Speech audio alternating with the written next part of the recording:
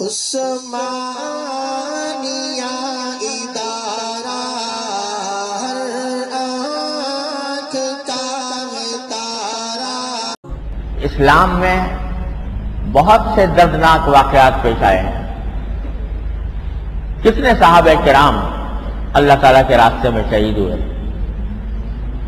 حضرت فاروق اعظم رضی اللہ تعالیٰ عنہ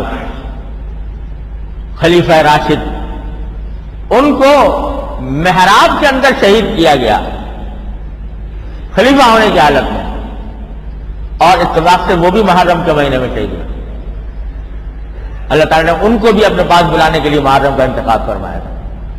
حضرت عثمان غنی رضی اللہ تعالیٰ عنہ کو شہید کیا گیا، مظلوم طریقے، ظالمانہ طریقے پر شہید کیا گیا، اور نہ جانے کتنے المناک واقعات پیش آئے۔ اسی طرح کربلا کا واقعہ بھی بڑا المناک، اور حضرت حسین رضی اللہ عنہ کی شہادت اور حضرت حسین کے مظلومانہ طریقے سے شہید ہونے اور ان کے پیاسے رہنے وغیرہ کے جو واقعات ہیں، یہ ہماری تاریخ کا المیہ ہے، المناک واقعات ہیں۔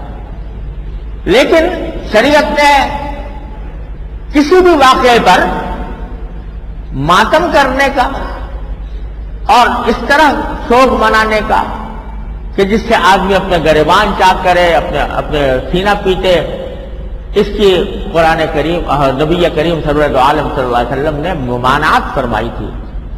لیس منا من ضرب الخدود وشق الجیوب، جو اپنے رخساروں پر تماچے مارے اور گریبان چاک کرے، کسی کے سوگ میں، کسی کے ماتم میں، وہ ہم میں سے نہیں ہے، یہ فرمایا رسول اللہ۔ اور خود حضرت حسین رضی اللہ تعالیٰ عنہ نے جو خطبہ دیا ہے آخر میں، اس میں جو وصیت فرمائی ہے، اس وصیت کے اندر یہ بات بھی داخل ہے کہ اگر میں شہید ہو جاؤں تو میرے اوپر اس طرح کا نوحہ مت کرنا جو جاہلیت کے زمانے میں لوگ کیا کرتے تھے۔ اس سے ممانعت کی ہے۔ تو یہ بے شک حضرت حسین رضی اللہ تعالیٰ عنہ کی شہادت بڑا عظیم المناک واقعہ ہے، لیکن اس کے اوپر اس قسم کے طریقے اختیار کرنا جو خود رسول کریم صلی اللہ علیہ وسلم کے اور خود حضرت حسین رضی اللہ عنہ کے ہدایات اور تعلیمات کے خلاف ہیں، یہ بہت ہی برا طرز عمل ہے۔ کچھ لوگ ہیں جو یہ کرتے ہیں، اس کو دین کا حصہ سمجھتے ہیں، اپنے دین کا حصہ انہوں نے سمجھا ہوا ہے۔ لیکن جو حضرات کے جو اہل سنت ہیں اور نبی کریم صلی اللہ علیہ وسلم اور صحابہ کرام رضی اللہ تعالیٰ عنہ کے طریقے پر اپنی زندگی گزارنا چاہتے ہیں، ان کو اس سے مکمل پرہیز کرنا چاہیے اور اس سے اپنے آپ کو دور رکھنا چاہیے۔ البتہ یہ ضرور ہے کہ ہر ایک آدمی اپنے کیے کا مکلف ہے۔ ہر ایک آدمی نصیحت کی جا سکتی ہے، فہمائش کی جا سکتی ہے، دلائل کے ساتھ کسی کے موقف کو غلط کہا جا سکتا ہے، لیکن اس کو باہمی خونریزی کا ذریعہ بنانا اور آپس میں لڑائی جھگڑے کا ذریعہ بنانا، یہ کسی طرح ہمارے دین کی تعلیم نہیں ہے کہ ہم اس کی بنا پر ایک دوسرے کے خون کے پیاسے ہو جائیں، ایک دوسرے کی جان لینے لگیں۔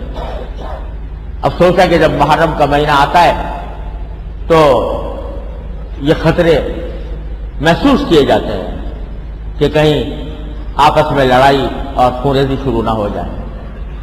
تو یہ کسی طرح بھی مسلمانوں کے لیے یہ درست نہیں ہے کہ وہ خونریزی کا ارتکاب کریں یا دوسروں کے جان مال پر حملے کریں۔ ہاں، جو اپنا موقف ہے، اپنا عقیدہ ہے، اپنا جس کو ہم قرآن و سنت اور نبی کریم صلی اللہ علیہ وسلم کی تعلیمات اور صحابہ کرام کے طرز عمل کے مطابق سمجھتے ہیں، وہ ہم نہ صرف بیان کرنے کا حق ہے بلکہ دوسروں کو فہمائش کا بھی حق ہے، دوسروں کو اس کی تبلیغ کا بھی حق حاصل ہے، لیکن ایسا انداز نہ ہو کہ جس سے آپس میں خونریزی کا ارتکاب ہو جائے۔ یہ ہیں چند باتیں جو محرم کے مہینے سے متعلق عرض کرنی ہے۔ خلاصہ اس کا یہ تھا کہ محرم کے مہینے میں اللہ کا نبی کریم صلی اللہ علیہ وسلم نے روزہ رکھنے کی خصوصی فضیلت بیان فرمائی ہے۔ رمضان کے بعد سب سے زیادہ فضیلت کے روزے محرم کے روزے ہیں، اور خاص طور سے عاشورہ کا روزہ بہتر یہ ہے کہ 9 یا 10 کا روزہ 9 یا 10 سے 10 اور 11 کر ملا کر رکھا جائے، اور جائز یہ بھی ہے کہ تنہا رکھ دیا جائے۔ اور اس کے علاوہ عاشورہ کے دن اپنے گھر میں کچھ اپنے اہل و عیال کے لیے کچھ بہتر نفقے کا انتظام کرنا، یہ بھی احادیث سے ثابت ہے۔ اس کے علاوہ جتنی باتیں لوگوں نے گھر رکھی ہیں ان کا دین سے کوئی تعلق نہیں ہے۔